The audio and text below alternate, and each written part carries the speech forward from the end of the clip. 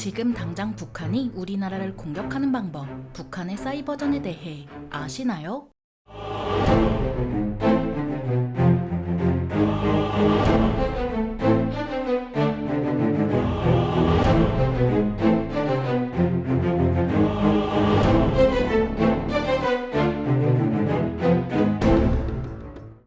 안녕하세요. 지식 스토리입니다. 이번에는 미국조차 경계하는 북한의 사이버전에 대해 알아볼 텐데요. 말이 필요 없겠죠? 북한의 사이버 공격 사례를 쭉 나열해 보겠습니다. 2009년 7월 청와대 등 정부기관 디도스 공격, 2011년 3월 방송사, 금융기관, 인터넷 기업 디도스 공격, 2011년 4월 농협 전산망 해킹, 2014년 12월 한수원 원전 해킹, 2014년 12월 소니 픽처스 해킹, 2015년 10월 서울 지하철 1, 2, 3, 4, 5선 서버 해킹, 2015년 10월 청와대 국회 통일부 대상 해킹, 2016년 1월 청와대 사칭 악성 코드 유포, 2016년 8월 국방부 합참 전시작전계획 해킹, 2016년 8월 대우조선 이지스함 체계 해킹, 2016년 10월 미국 뉴욕 연방준비은행 방글라데시 계좌에서 8,100만 달러 탈취, 2017년 5월 워너크라이 랜섬웨어 공격으로 150여 개국의 피해, 2017년 7월 빗썸 가상화폐 거래소 공격, 2018년 1월 일본 가상화폐 코인체크 공격,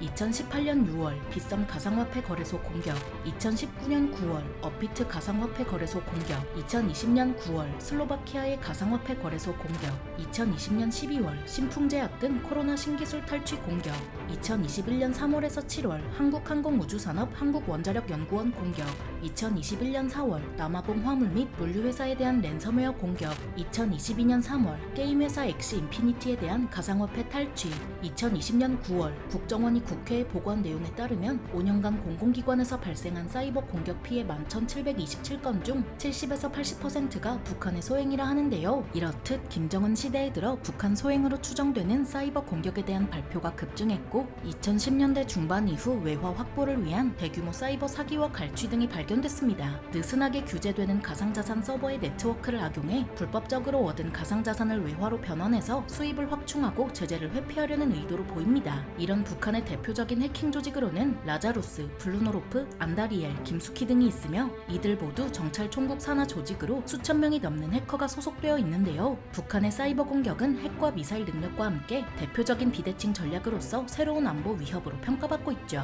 미국 하버드 케네디 스쿨 벨퍼 센터는 국가별 사이버 역량지표 2022에서 북한의 사이버 금융 해킹 능력이 전 세계 1위를 기록했다고 밝혔습니다. 미국은 북한의 열악한 사이버 인프라와 달리 사이버 공격 능력을 세계적인 수준으로 평가하고 법무부와 국무부 내에 사이버 범죄 전담 부서를 신설했으며 FBI와 재무부는 부처 합동주의보를 발령했습니다. 북한의 사이버전 역량은 세계적인 수준이지만 그렇다고 인터넷을 불안 속에서 누벼야 할까요? 그럴 필요는 없죠. 노드 VPN과 함께라면 클릭 한 번으로 온라인 보안을 강화할 수 있습니다. VPN이 뭐냐고요? VPN의 뜻은 가설 사설망으로 온라인에서 인터넷 연결과 개인정보를 보호하는 서비스입니다. VPN은 데이터를 암호화하는 암호화된 터널을 생성하고 IP 주소를 숨겨 온라인 신원을 보호하며 공공 와이파이 핫스팟을 안전하게 사용할 수 있습니다. 이런 노드 VPN의 바이러스 및 위협 방지 기능은 사용자가 브라우징을 즐기는 동안 모든 클릭을 보호하는데요. 원활한 브라우징 환경을 위해 광고를 차단하는 건 덤이죠. 게다가 노드 VPN은 다크웹 모니터링 또한 제공하고 있습니다.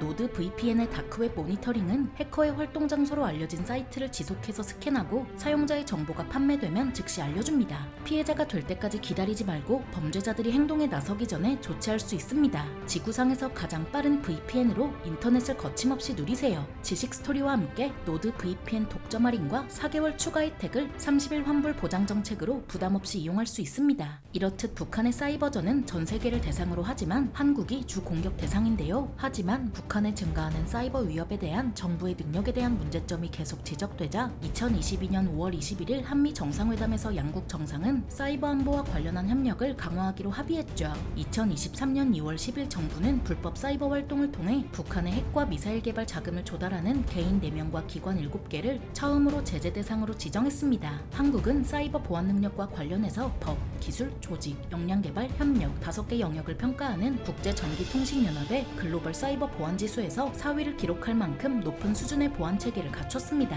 하지만 문제는 사이버 위기 대응 체계가 국방, 공공, 민간 등 각 영역으로 나뉘었다는 건데요. 2015년을 정점으로 공공 분야의 사이버 공격은 줄어들었지만 금융기관과 가상화폐에 대한 사이버 공격은 오히려 증가했죠. 이렇게 된 가장 큰 이유는 공공 분야의 경우 국가 사이버 안전관리 규정에 따라 국가 사이버 안전센터가 컨트롤 타워 역할을 하고 있지만 민간 분야는 그렇지 않기 때문입니다. 그렇다고 민간 분야를 방치할 수는 없어서 국정원은 지난 2022년 11월부터 국가 사이버 안보협력 센터를 열었죠. 북한의 사이버 공격이 공공과 민간의 영역을 가리지 않는 만큼 포괄적인 법적 기반과 함께 안보 정책을 총괄하는 신뢰할 수 있는 컨트롤 타워가 마련되길 바랍니다. 미국조차 경계하는 북한의 사이버전에 대해 알아봤는데요. 영상이 유익하셨다면 구독과 좋아요 부탁드립니다. 감사합니다. 지식스토리였습니다.